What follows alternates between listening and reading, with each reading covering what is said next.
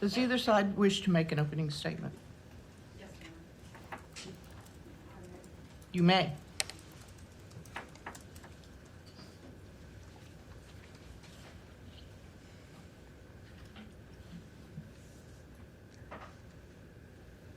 Every day in this courthouse, the state asks people to take responsibility for harm they've caused to another. And then we do what we can to assist in repairing the harm. Today, it's our turn to accept responsibility and to use the truth to mitigate harm so we can help all involved heal and move forward. Over 25 years ago, the state prosecuted 4 innocent men, teenage boys at the time of the crime, in what is known as the 1991 yogurt shop murders, one of the worst crimes Austin has ever seen. Their names: Forrest Wellborn, Maurice Pierce, Michael Scott, and Robert Springsteen. These prosecutions caused harm.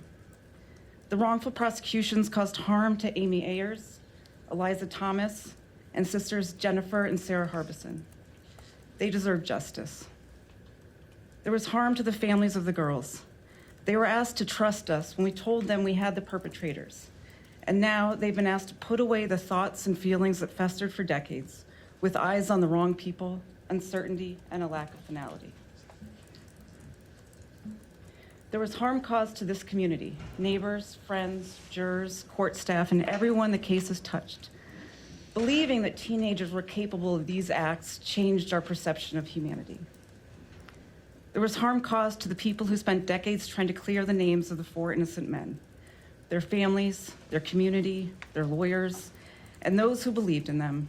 They spent years screaming into the wind without being heard. It goes without saying that harm was caused to the 4 wrongfully prosecuted.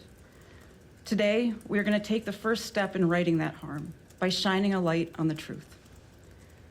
We took 2 of them, Mr. Scott and Mr. Springsteen, to trial.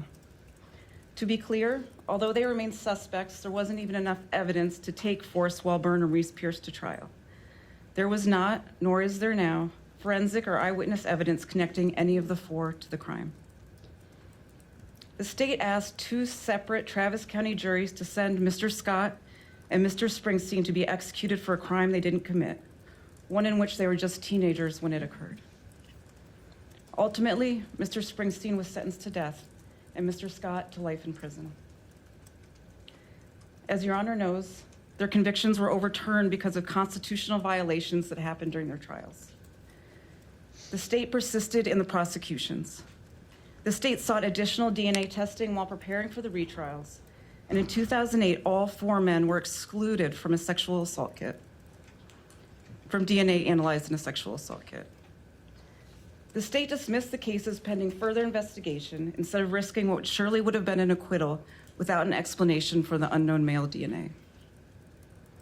In 2009, the district attorney at the time stated, "I remain confident that both Robert Springsteen and Michael Scott are responsible for the deaths at the yogurt shop, and it would not be prudent to risk a trial until we also know the nature of the involvement of this unknown male."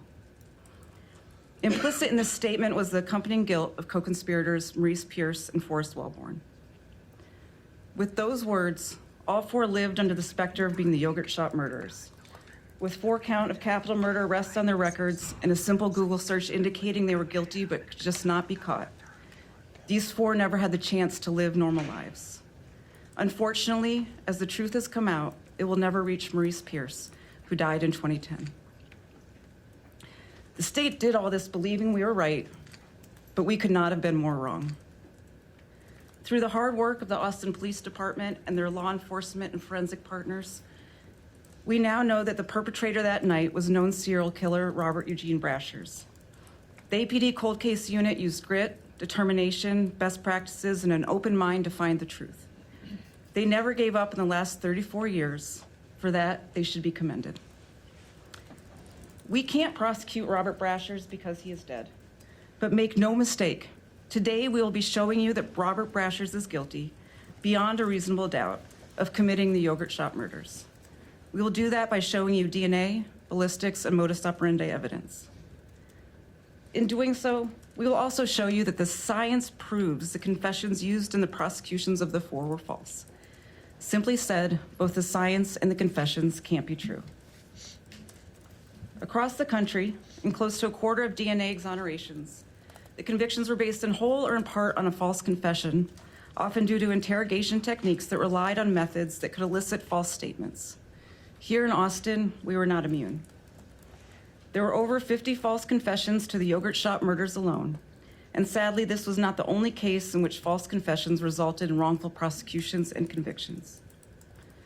We now know that methods of questioning and the age and vulnerability of the suspects can result in false confessions, and then prosecuting the case when there's a lack of evidentiary corroboration to the confessions can result in a wrongful conviction. But we can't go back in time and change what happened to the four. What we can do is make sure the truth is known. And the truth is that Forrest Wellborn, Maurice Pierce, Michael Scott, and Robert Springsteen are innocent. They did not commit the murders, nor were they involved in any way. The truth is that Robert Eugene Brashers is guilty, and he alone committed the yogurt shop murders.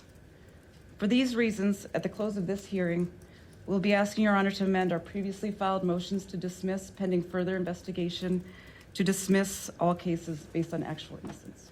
Thank you.